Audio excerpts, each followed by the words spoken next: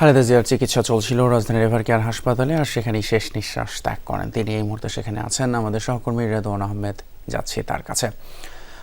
রেদওয়ান, সকাল তো হয়ে এলো, এখন হাসপাতালের সামনে কি অবস্থা?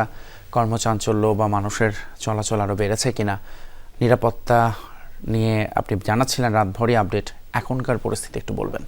ফয়সাল, এখন পর্যন্ত কিন্তু নেতাকর্মীদের ভিড় একেবারে নেই বললেই চলে। রাতভর বিভিন্ন জায়গা থেকে, বিভিন্ন জেলা থেকে গাড়ি বহর করে কিন্তু নেতাকর্মীরা এই হাসপাতালের যে মূল ফটক সেখানে আসছিলেন এবং তারা আমাদের কাছে বারবারই জানতে চেয়েছিলেন যে কখন তার জানাজা হবে, কিভাবে এখান থেকে নিয়ে যাওয়া হবে, সবগুলো কিছু জানার জন্যই তারা কিন্তু উদ্বিগ্ন ছিলেন। এবং এখন সকাল হওয়ার পর কিন্তু নেতাকর্মীদের প্রবেশ এই হাসপাতাল মুখে একেবারেই সীমিত করা হয়েছে। আপনি নিশ্চয়ই দেখতেই পাচ্ছেন যে আমার পিছনে কর্মীদের নিরাপত্তাও কিন্তু বেশ জোরদার করা হয়েছে। সকাল হওয়ার সাথে সাথে আমরা দেখেছি যে পুলিশ, র্যাব, বিজিবি সদস্যরা কিন্তু একেবারে কড়া নিরাপত্তার চাদরে হাসপাতালের যে মূল ফটকটি সেটিকে একেবারে ঘিরে ফেলেছে এবং ধারণা করা হচ্ছে যে সকাল আনুমানিক 9টা থেকে 10টার মধ্যেই তাকে এই হাসপাতাল থেকে বের করে নিয়ে যাওয়া হবে। প্রথমে কুড়িল ফ্লাইওভার হয়ে তার যে ফিরোজার বাসা, অর্থাৎ যে বাসায় মইনুলের বাসাটি, সেনানিবাসের বাসাটি ছেড়ে তিনি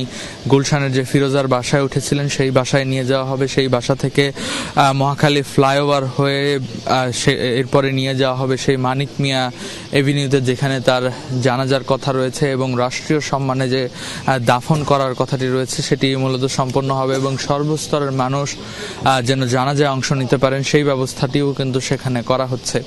এবং এই হাসপাতালের প্রান্তে এখন পর্যন্ত হাসপাতালের এই মূল ফটক ঘিরে যে নিরাপত্তা ব্যবস্থা জোরদার করা হয়েছে, যে তোড়জোড় আমরা এই মুহূর্তে দেখতে পাচ্ছি, সেটি দেখে আসলে আঁচ করা যায় যে কিছুক্ষণের মধ্যেই হয়তো খালেদা জিয়ার যে পরিবারের সদস্যরা, অর্থাৎ বিএনপির ভারপ্রাপ্ত চেয়ারম্যান তারেক রহমান, তার স্ত্রী এবং তার যে কন্যা জাইমা রহমান, সবাই আসলে হাসপাতালে আসবেন। তার কাছের নিকটাত্মীয়রা হাসপাতাল মুখে আসবেন এবং তার পরপরই তাদের নিয়ে তার যে লাশের যে গাড়িবহর সেটি নিশ্চয়ই বের হবে এবং সে অপেক্ষাই কিন্তু সবাই করছেন। এবং জানা যায় যখন তাকে এখান থেকে বের করা হবে তার আগে হয়তো তার পরিবারের সদস্যরা এখানে আসবেন কয়েকজন দেখা করতে। তবে নেতাকর্মীদের অবস্থান কিন্তু একেবারেই যেন কম রাখা হয়, সেজন্য আমরা দেখছিলাম যে রাতভর যারা নেতাকর্মীরা অবস্থান